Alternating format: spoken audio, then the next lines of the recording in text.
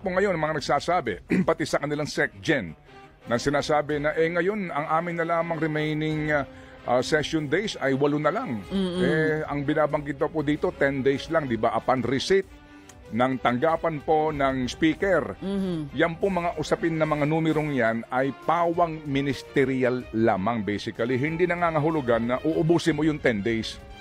Di ba? Maaring pag sumite sa speaker's office, agad niya nang isasabihin sa Committee on Rules, i-calendar nyo na yan within 3 days, session days, para na ma-refer sa Committee on Justice. Purely ministerial. Wala ka pang desisyon na gagawin dyan.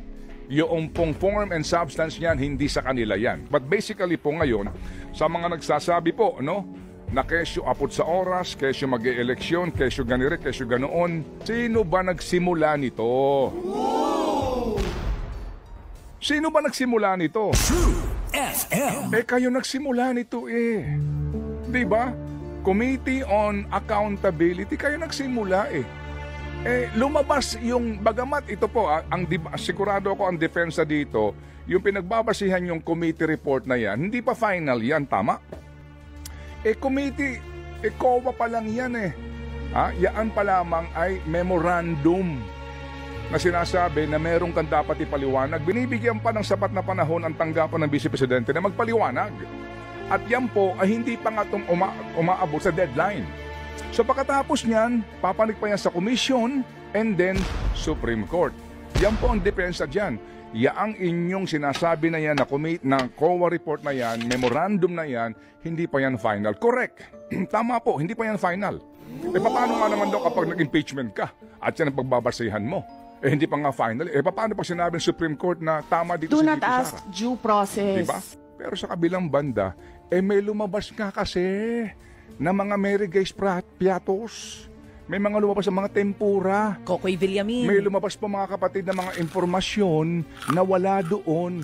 Practically po, hindi nakalatag doon sa memorandum ng COA. So binigyan nyo ng susi itong mga grupong ito na maghain ng impeachment complaint, di ba? So ibig sabihin, kayo ang nagbukas ng daan, kayo ang nagbukas ng pinto para maghain ng impeachment ang mamamayan.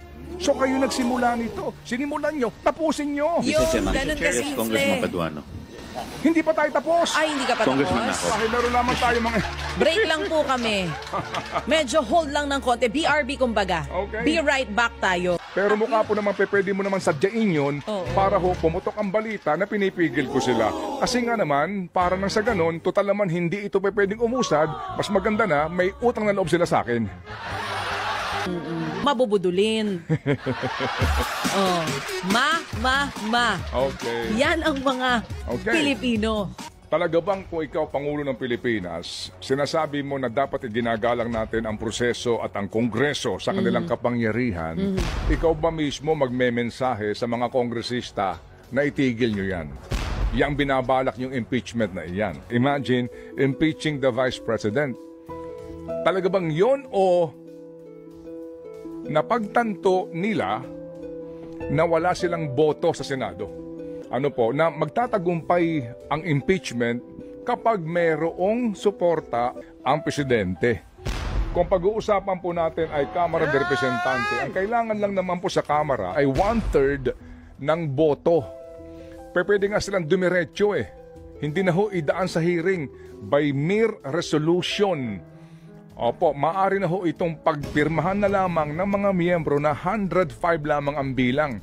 Pwede na pong agad na dumiretso sa Senado at maihain po yung articles of impeachment. Impeach na kumbaga ang opisyal sa botong 105 lamang. Pero sa Senado, kailangan mo ng 2/3 vote. 16 votes para po sa conviction. Mukhang mahihirapan sila. Yan ang realidad. Pero kung ikaw yung presidente o ikaw mismo yung leadership sa Kamara de Representante, mag-iisip ka, tutuloy ba natin to? Kung wala naman tayo boto sa House? At higit sa lahat po, yung panahon na binabanggit ni Congressman Joel Chua. Bakit ika ninyo? Kasi nga po, ngayon po, magbe-break sila sa December 18. Magbabalik po sila, mga kapatid, Enero at 13. Hanggang Pebrero 7 na lang. Pagkatapos niyan, kampanya na. Ang balik nila, mga kapatid, June 2 na. Tapos na ang halalan. Oo. Okay, ang sinasabi po dito, wala na pong oras para po sa usapin na ito dahil ang lahat ay magiging abala na sa halalan. So kung nangyari po yung statement ni VP ni Pangulong Marcos Jr. noong November 25, Yung ganyang kriminal na pagtatangka ay hindi dapat pinapalampas. Yan ay aking papalagan. and then November 29, araw ng Friday po, nag-iba ho ang ihip ng hangin, nag-iba ang tunog niya. Oo. This does not make any difference to even one single Filipino life.